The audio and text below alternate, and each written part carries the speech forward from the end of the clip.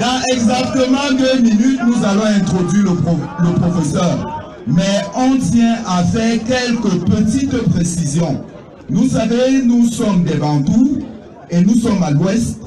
Et nous avons pensé que c'est aujourd'hui que le département des Hauts-Plateaux allait remettre véritablement le pouvoir au professeur Maurice Kamto.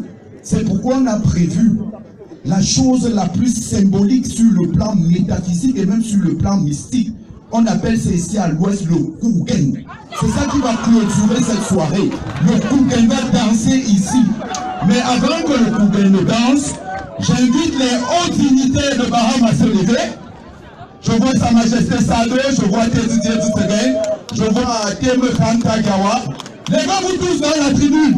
MNC, levez-vous, MNC, partout levez-vous, MNC, MNC, répondez, changeons d'avenir dans la paix. MNC, MNC, MNC. S'il vous plaît, avant de lever même dans la grande tribune, nous vous invitons à vous lever. Nous allons nous préparer à accueillir ici le professeur Maurice Kamto, le futur président de la République du Cameroun. Mais avant de l'introduire, j'ai une petite question à poser à tous les groupes.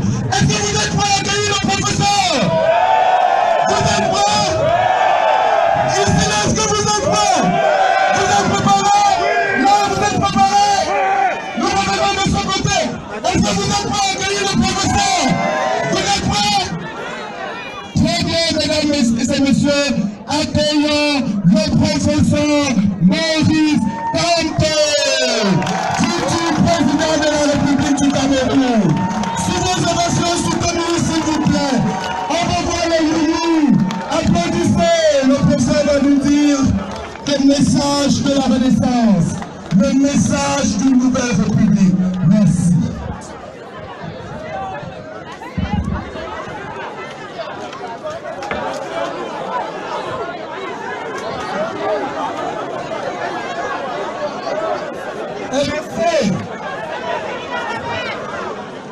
Non, je ne vous ai pas entendu.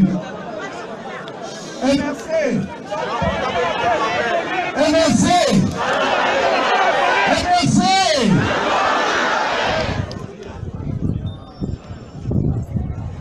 À l'entame de cette cérémonie, je voudrais vous prier de vous lever pour 1 minute de silence pour tous nos valeureux soldats morts au front pour protéger l'intégrité territoriale de notre pays depuis au moins 2014, pour ne pas remonter plus loin dans l'histoire.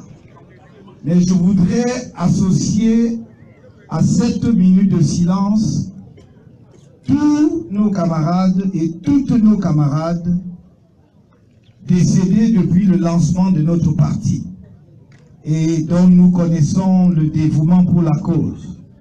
Je voudrais que nous honorions leur esprit et que là où ils sont, qu'ils sachent que leur sacrifice n'aura pas été vain et que nous ne les oublierons pas.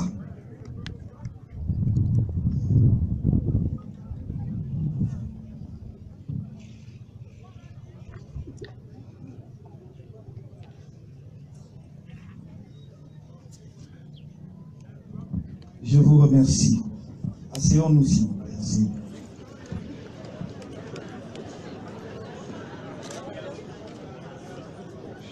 Population de Bagam, de Badenkop, de Baham,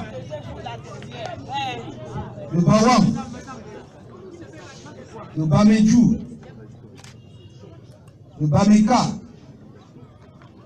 de Bangou, de Bapa et de Batier. Je vous salue.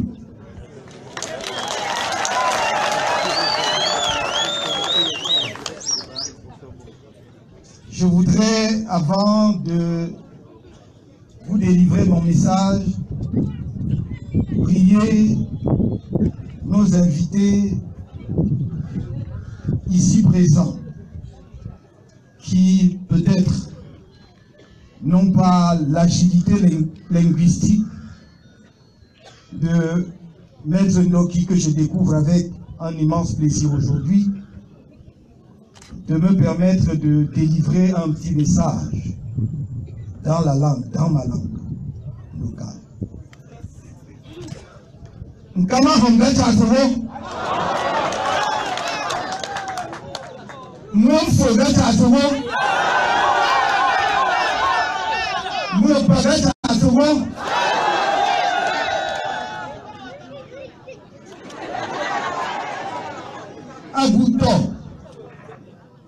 That's also better people.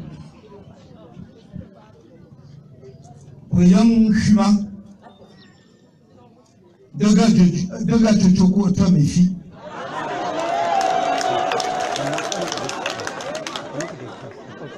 Et un coup, madame le cas les filles.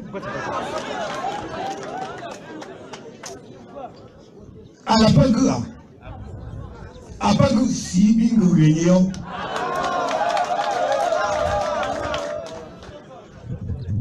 Chapeau pour changer dia, tu m'y as donné sous canne à la pogoyi. N'a pas la dali, nous si bien faut qu'on d'apprendre.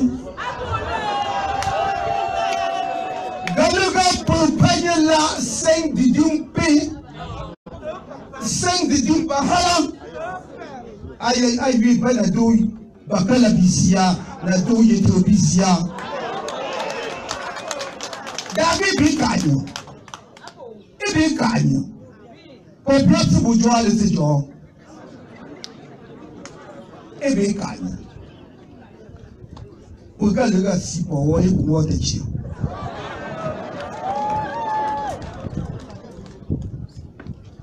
E chapou de ga. Yo abino boa basila.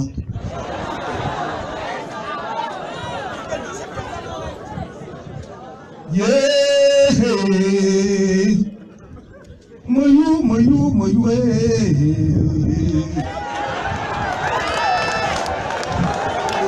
yeah, moteng tanaju, yeah, wesi bawa kufuge.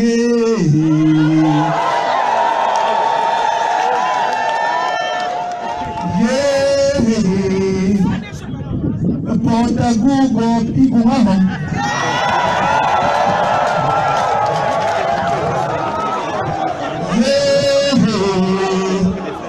La baga funya wawe. Yeah, mukam chamana gola pietam.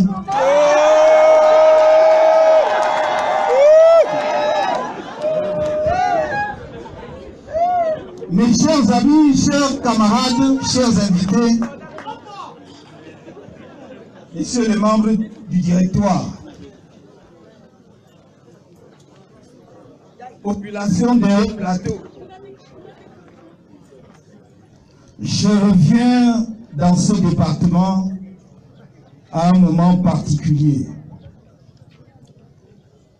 où nous voyons se préparer ça et là, dans notre pays, la nuit des longs couteaux. Mais ceux qui sortent les couteaux, soit grâce à la bénédiction de Dieu, rangeront ces couteaux, soit ils se blesseront eux-mêmes avec ça.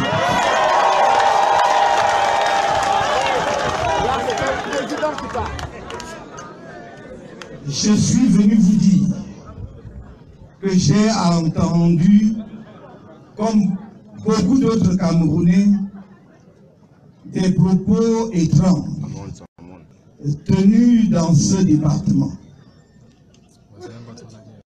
Mais vous avez donné votre réponse à votre manière le 20 mai dernier. Et je voudrais vous en remercier.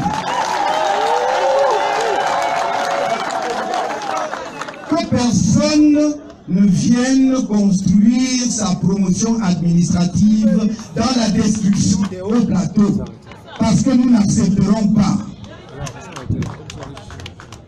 Nous sommes une population unie, sage. Est-ce que si quelqu'un vous dit ce cochon-là va entrer dans la porcherie, si tu ne te reconnais pas comme cochon, est-ce que ça te concerne? Donc laissez ceux qui vous appellent cochons le dire, parce que c'est leur problème, vous n'êtes pas des cochons. Ils ne vous voient pas, mais moi je vous vois.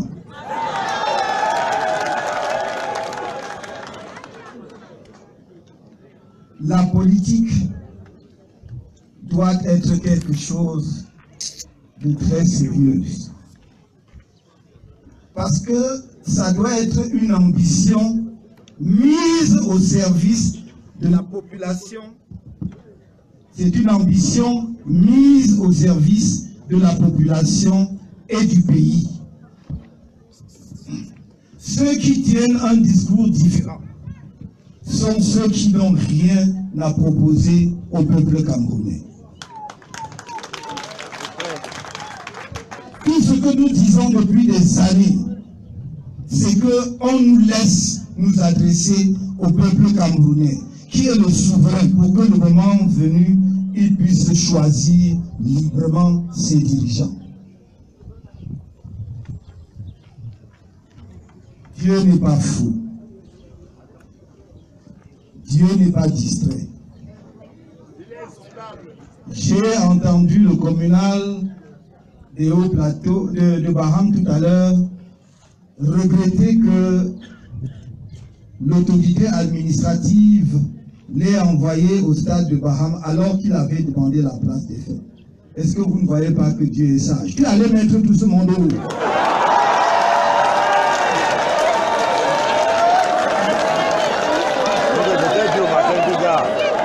Nous faire du mal, se font du mal à eux-mêmes. C'est pourquoi je vous dis, les signes sont là. Les signes sont. Ceux qui ne peuvent pas voir, ne peuvent pas voir. Mais sachez que nous nous sommes levés pour une seule cause. Pour la cause du bien-être de l'ensemble du peuple camerounais. Comme j'ai coutume de dire, chacun de nous est né quelque part. Et je suis né dans cette région. Pourquoi est-ce que lorsque l'on collecte les impôts du Cameroun, on n'exclut pas cette région?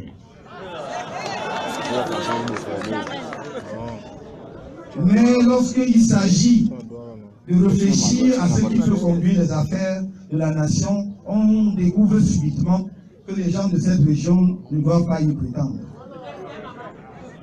Je voudrais qu'on m'explique la logique. Je crois qu'il vient un moment. Il vient un moment où nous devons être sérieux. Ici, dans les hauts plateaux, il y a aujourd'hui beaucoup de bruit. Mais que les gens laissent le bruit et apportent leur contribution au développement du département. Nous avons en notre temps construit un centre de santé moderne de 20 lits à Bangou. Bangou Carrefour, complètement équipé. Nous avons en notre temps construit le bloc pédagogique technique au CETIC de Batié. Nous avons en notre temps, en son temps, construit le premier CETIC de Baham. Et puis participer à la construction du lycée technique de Baham. Nous avons en notre temps réhabilité l'école catholique de Békwa. Nous avons en notre temps construit le CES de Tchoum à Bamejou. Et ici même, En 2005, j'ai demandé au ministre de l'urbanisme de l'époque, alors qu'en saison 7 comme en saison de pluie, on ne pouvait pas partir du carrefour de Baham pour la préfecture, que l'on bidule cette route. Et pour la première fois, on a mis le goudron sur cette route. D'autres peuvent continuer, mais qui ne prétendent pas qu'on n'a rien fait. Je crois que il faut que vous regardiez chacun. Comme nous, on l'a appelé,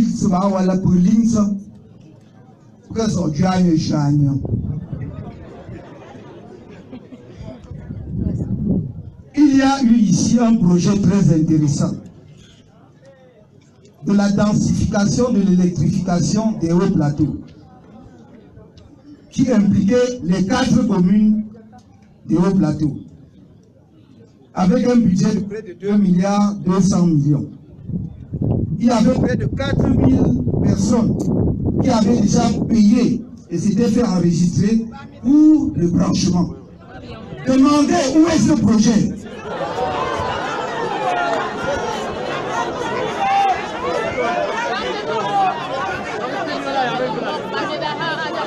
Qu'est-ce qu'on va venir vous dire encore après 35 ans?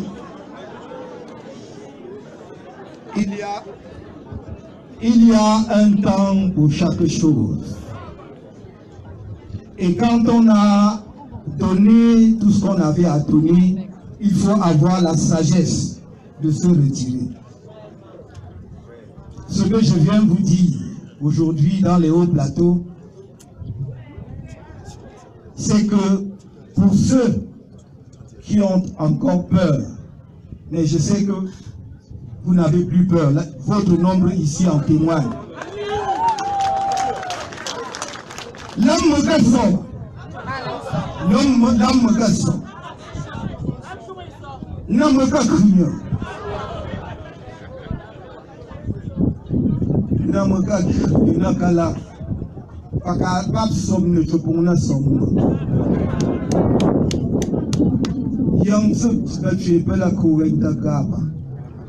Pas que pas de monsieur pas mortu. Nan go. Que chapeau nan go. Vois au plateau on va voir beau papier. Je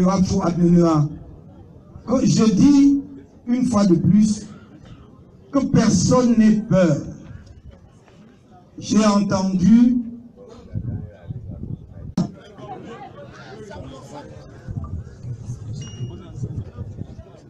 vous allez me donner la mission pour laquelle elle est nommée dans le département des Hauts Plateaux, c'est-à-dire d'encadrer les populations pour le développement des Hauts Plateaux. Que cette autorité administrative laisse la politique aux politiciens. Elle est là pour encadrer les populations pour le développement. Mais je voudrais également saisir cette occasion pour dire que en 2013, nous avons pris part à des élections. Et suivant nos résultats que nous pouvons prouver par les procès-verbaux, nous avions gagné à Baham, à la mairie de Baham. Les résultats ont été inversés.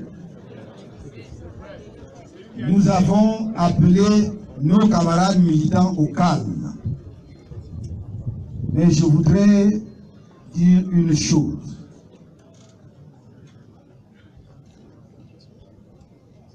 Peuple la pas marche à chapeau et pas de sou.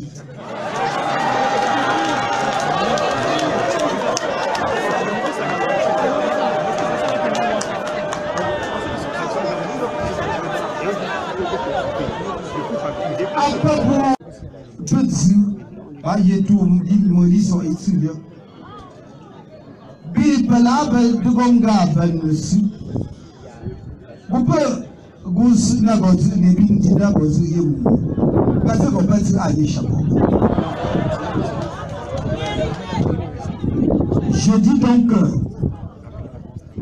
qu'il faudrait que nos compatriotes, nos frères et sœurs des hauts plateaux fassent attention à ce qu'on ne les manipule pour détruire leur département. Qu'on laisse les populations voter et que l'on respecte leur choix. C'est tout ce que nous demandons.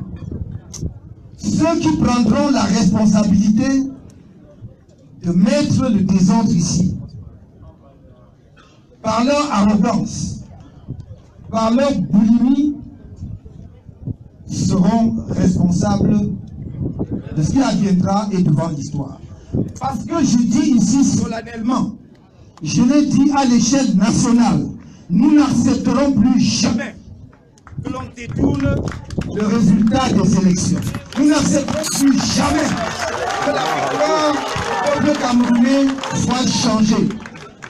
Préparez-vous, pour ceux qui ne se sont pas encore inscrits, à aller vous inscrire massivement sur les listes électorales. Parce que nous avons dit que nous voulons le changement dans la paix. Quand on fait le changement dans la paix, ça passe par les urnes. Donc c'est par le vote. Ceux qui ne se sont pas encore inscrits doivent aller s'inscrire. Ça ne sert à rien de rester à la maison et de pleurer. Parce que chaque vote compte. Si on dit que c'est 999 et qu'il fallait 100, vous avez échoué. Ça veut dire que la seule voix qui manque là a fait que vous échouez. Chacun doit aller voter. Même si quelqu'un est malade ce jour-là, et là, il demande pardon, qu'il aille d'abord voter, il a mis son nom pour continuer. Il faut aller voter et il faut surveiller le vote. C'est notre tâche, c'est notre travail. Former les scrutateurs, c'est la tâche des partis et nous nous y attelons. Ça ne peut pas être l'affaire d'une personne.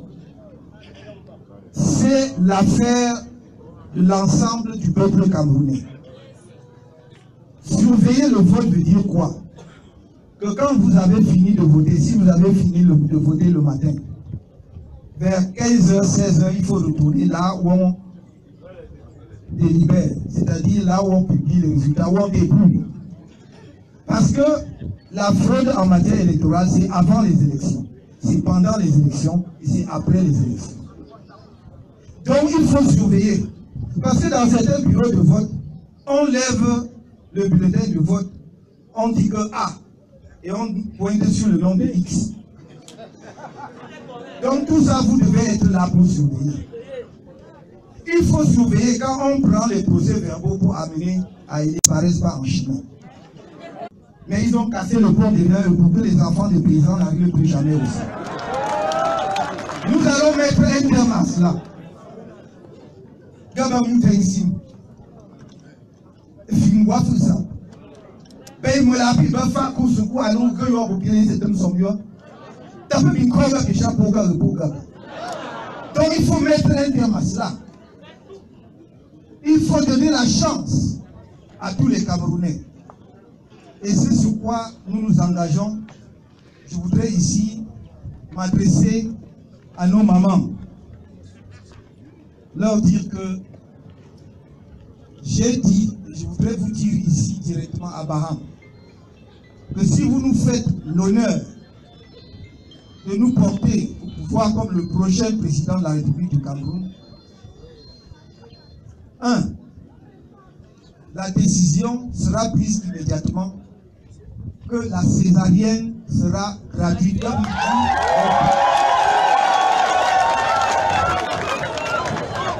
Le peuple a dit par ils sont mieux pris. Une maman ne doit pas mourir en donnant la vie parce qu'il lui a manqué de l'argent. La deuxième chose que nous disons, c'est la couverture maladie universelle. Couverture maladie universelle minimum. C'est-à-dire que tout Camerounais que vous soyez fonctionnaire ou pas, que vous soyez un employé du secteur privé ou pas, simple cultivatrice ou cultivateur, vous allez avoir la couverture maladie, c'est-à-dire que les maladies courantes, comme le paludisme, et je ne sais pas moi quoi, si vous allez à l'hôpital, c'est gratuit, vous êtes couvert.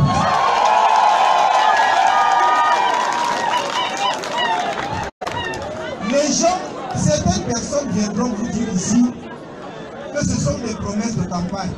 C'est simplement que l'argent qu'ils détournent et qu'on aurait dû utiliser pour ça, ils prennent ça pour eux. Ils prennent ça pour eux. Je vous donne un exemple. Pour financer ce que je dis, si on réduit seulement un peu le train de vie des fonctionnaires, les voitures qu'on leur achète, on achète une voiture à 80 millions, on donne à un individu qui conduit, il a fait quoi? Et c'est ça qu'il garde ici, il s'aligne ici pour venir vous raconter l'histoire. Il a 4 millions, 10 millions de carburant chaque mois, il va où à la nuit. Donc l'argent existe. Il ne faut pas qu'on vous fasse croire que l'argent existe dans ce pays. Dieu a voulu que le Cameroun soit extraordinairement béni. Le projet dont je vous ai parlé tout à l'heure, prévoyez qu'on va construire un petit barrage hydroélectrique à Badié. Parce qu'on a découvert à Pougon, je vous donne le barrage, ça s'appelle Pougon. Ça devait produire 1,7 MW d'électricité qui allait fournir l'électricité à tous les hauts plateaux. C'est allé où? Et c'était financé par l'Union européenne, pas par le Cameroun, à 2,2 milliards. L'argent est allé où? Donc, je vous dis qu'on ne vienne plus vous raconter des histoires. Ce sont des gens qui ne s'occupent pas des souffrances des Camerounais. Et nous disons, si on n'est pas attentif aux souffrances des Camerounais, on n'a pas le droit de s'engager en politique. Parce qu'on doit s'engager en politique pour soulager les souffrances de son peuple. C'est notre engagement. À la jeunesse que je vois ici nombreuse et sur laquelle je compte pour la victoire aux prochaines élections, je vous ai dit que j'ai un projet spécifique pour vous. C'est sur l'éducation. Le premier pilier, c'est que je veux réformer le système éducatif camerounais, depuis la maternelle jusqu'à l'université.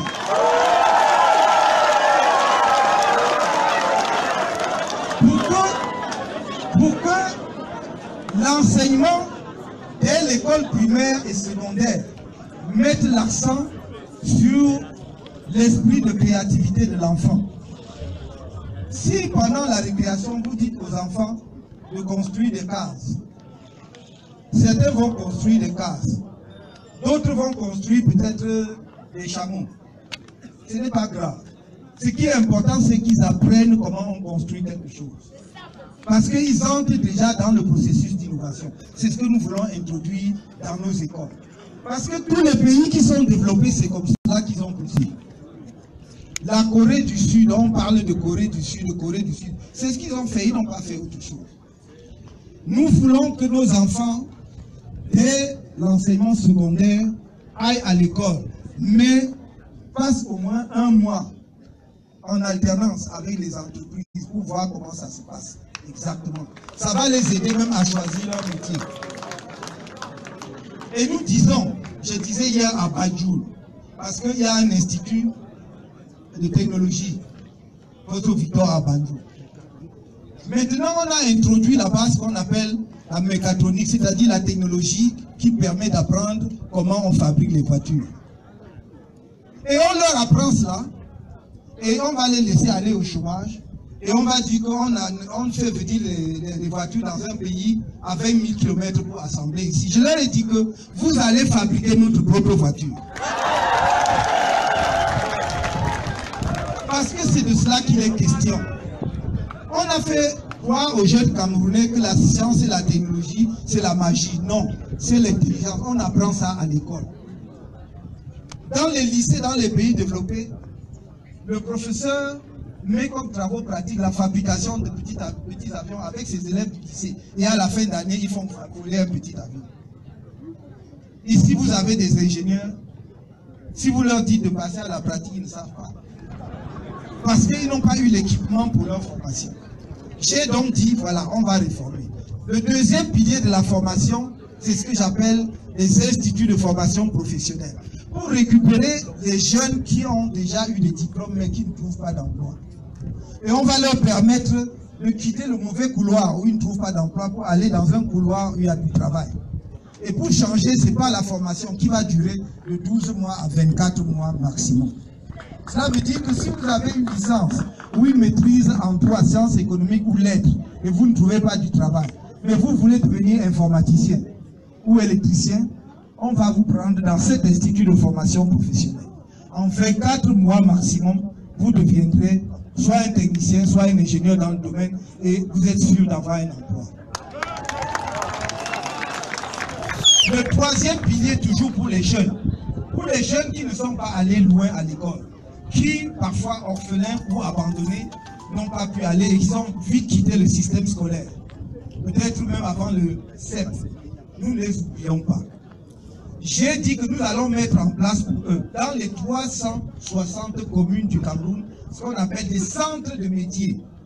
Les centres de métiers, ce sont des centres où vous apprenez un métier. Ce n'est pas les diplômes qui comptent. C'est comment est-ce que vous savez, par exemple, fabriquer un bon lit, poser correctement les carreaux ou bien faire le staff. On va vous apprendre cela pour une durée qui va aller de 3 mois à 18 mois maximum. Par exemple, je vous donne un exemple simple que j'aime donner. À l'heure actuelle, vous voyez que dans beaucoup de nos magasins, il y a des jeunes filles qui vendent, qui sont vendeuses. Mais comme elles n'ont pas été formées, quand vous franchissez la porte du magasin, elles attachent le visage comme s'il y avait un problème avec elles. Donc, vous avez seulement envie de repartir chez vous. Mais si vous allez en Europe, quand un client franchit la porte d'un magasin, la vendeuse rit jusqu'aux oreilles. Elle sourit jusqu'aux oreilles et souvent même nos frères camerounais croient que c'est pour lui, mais c'est pour son argent. Ah, on veut qu'il achète. Parce que c'est en achetant qu'on paye le salaire de la vendeuse à la fin du mois. Donc nous estimons que si nous prenions par exemple rien que nos jeunes pour avoir un certificat en matière de vente pendant 3 mois, qu'on leur apprenne comment on reçoit un client, comment on dispose les produits dans les magasins pour que ce soit attractif, etc. Vous allez voir que son patron va être content de lui. Le chiffre d'affaires va augmenter. Peut-être on va recruter un deuxième vendeur. Sans doute on va augmenter son salaire. C'est cette formation-là que nous voulons donner aux jeunes qui ont quitté l'école très tôt. Une jeune fille qui va apprendre la coiffure doit passer par là. Un jeune qui va apprendre la menuiserie. Si vous allez dans nos maisons, certaines de nos maisons, on a mis les carreaux au sol. Mais si vous regardez très bien, ce n'est pas bien posé parce que le jeune qui a mis ça a eu une formation sur l'État. Donc il faut qu'on le forme correctement pour qu'il puisse faire ce travail. Voilà le projet que j'ai pour les jeunes. En terminant, je voudrais dire que le levier, c'est l'agriculture et l'élevage pour donner du travail massivement aux jeunes. Dans un département comme les Hauts-Plateaux, où il n'y a pas beaucoup de terre pour faire la grande agriculture, personne ne peut avoir 10 hectares dans les Hauts-Plateaux. Encore moins 50 ou 100 hectares. Qu'est-ce qu'il faut faire? Il faut donc voir ce qu'on peut faire dans un département comme celui-ci. Par exemple, mettre l'accent sur l'élevage, avec des unités d'abattage. Si, dans chaque concession, on élève 500 ou 1000 poulets, avec une société qui fait la collecte, pour abattre, découper et conditionner, on peut même exporter jusqu'en Europe. C'est un problème d'organisation. Parce que ici, vous ne pouvez pas faire les grandes plantations, il faut donc effectivement trouver de nouvelles orientations. Voilà ce que nous voulons proposer et voilà ce que nous avons envie de faire avec vous. Je ne vais pas ici dérouler tout mon programme de campagne électorale. Je reviendrai dans les Hauts-Plateaux pour la campagne électorale. Et je vais vous dire pourquoi à ce moment-là, 36 ans ont amené notre pays dans une situation extrêmement difficile. Et je ne peux pas aujourd'hui terminer sans dire ma profonde tristesse par rapport à la situation qui prévaut dans le nord-ouest et le sud-ouest. Je ne comprends pas comment des gens qui prétendent diriger le pays, comment ils peuvent avoir le courage de se tenir devant vous pour vous parler en sachant qu'ils laissent des Camerounais tirer sur d'autres Camerounais. Intolérable, président. Alors qu'ils savent parfaitement que de nombreux Camerounais sont devenus des réfugiés dans leur propre pays. D'autres sont dans les forêts et pour se cacher. Des villages entiers ont été brûlés. Il y a des Camerounais qui sont des réfugiés au Nigeria. On ne peut pas dormir tranquille quand on est dirigeant dans un pays en sachant que cette situation prévaut. I'm very sad indeed to see that those who pretend to lead and to rule the country are perfectly indifferent of what is going on in Northwest and Southwest. And should you give me the opportunity to serve this country as the next president, believe me, it will be on top of my agenda to go to the Northwest and the Southwest and wipe the tears of my fellow compatriots from the region. And then start a genuine dialogue with them to reform the institution of our country. Whether you call it regionalism or federalism doesn't matter. What I know is that Cameroonians need autonomy, full autonomy, to manage their own affairs, to develop their regions. We will discuss all of that during the dialogue. And should those who will take part in that dialogue decide that we call it federalism, so let it be. If they prefer regionalism, as I used to say, there will be a special status for Northwest and Southwest to make sure that we take into consideration their specificity. This is my commitment, and I will deliver. Should you give me the opportunity and the honor to serve this country? I count on you. Thank you very much. Thank you so much. I'm very sad. I would have loved to go in the refugee camps in Nigeria. But what they told me is that the security is not there. That's the reason why until today I have not been able to go there. Because I started investigating to see if I can connect with the UN organization in charge of refugees. But unfortunately for now, security is not there. But one of my commitments is that no single Cameroonian will remain out of the country unless he decides to do so. I will go and take them back and let them do that. Je voudrais dire, mes chers compatriotes, nous avons un vrai projet pour notre pays. Nous avons un vrai projet, que les autres viennent vous proposer leur propre projet. Et vous allez faire la comparaison et vous décidez librement. Mais que l'on ne nous empêche pas de nous adresser à vous. Je vous ai dit, c'est votre souffle qui me porte. Ma puissance vient de vous. Et de grâce, mettez le Seigneur qui nous donne des signes au devant de chaque chose.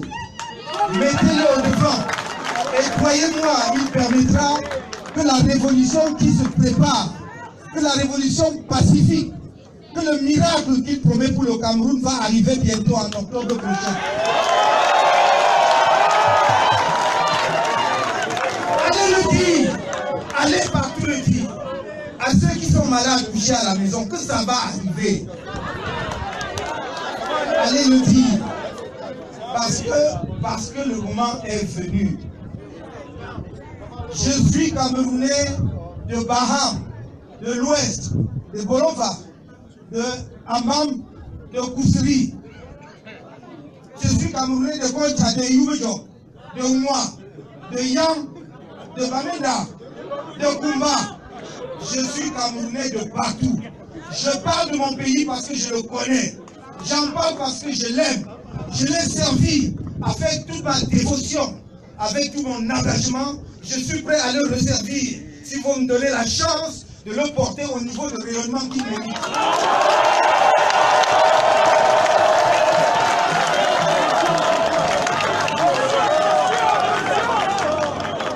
Mais croyez-moi, je ne vous décevrai jamais.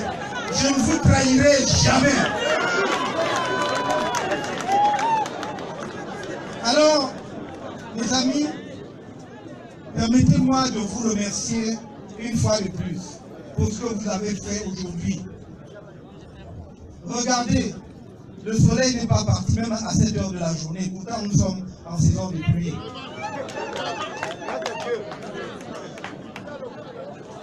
Le soleil scintille.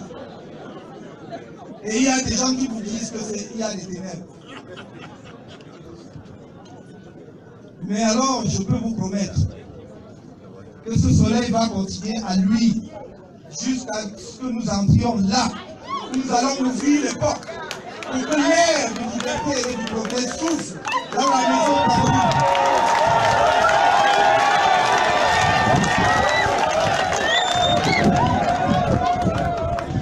Je suis fils de ce pays au plus profond de moi-même. Chaque fibre du Cameroun vibre en moi. Maître Ndoki a dit tout à l'heure, oui, en effet, je connais chaque village du Cameroun. Village par village, de Darak dans le lac Tchad jusqu'à Diabani, dans Bakassi. Village par village. Je ne parle pas d'un Camerounais que certains ne connaissent que dans les livres. Je ne parle pas de la souffrance que je n'ai vue qu'à travers la vitre de ma voiture.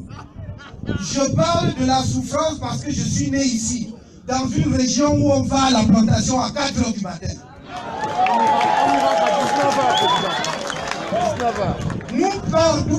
Nous allions à la plantation les vendredis, après le lycée, pour nous revenir le dimanche soir. Et quand nous partions le samedi, on partait le samedi à 4 heures. Je sais comment on rentre avec un régime de plantain sur la tête, avec un fardeau de bois dans la tête.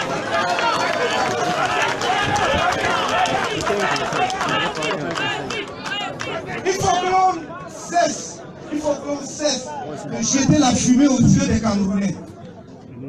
On vous a tout dit, que je ne sais pas parler ma langue, que je n'ai pas le baccalauréat, que je ne suis même pas professeur, que je ne suis rien, mais vous me connaissez, je vous parle. Et vous me voyez. Écoutez ce que je vous dis. Je vous ai dit, je ne peux pas me tenir devant vous et mentir. Parce que je ne sais pas comment je reviendrai ici. Alors, allez. Allez, je l'ai dit une fois de plus, parce que nous sommes dans une région où on comprend ce que je vais dire. Allez jeter le doudou partout dans nos concessions. Allez jeter le doudou partout dans nos concessions. Jetez partout, dans toute la concession, partout. Pour que Dieu nous donne. Pour que Dieu confirme ce qu'il a promis aux Camerounais. Et avec votre souffle, alors une nouvelle ère va s'élever.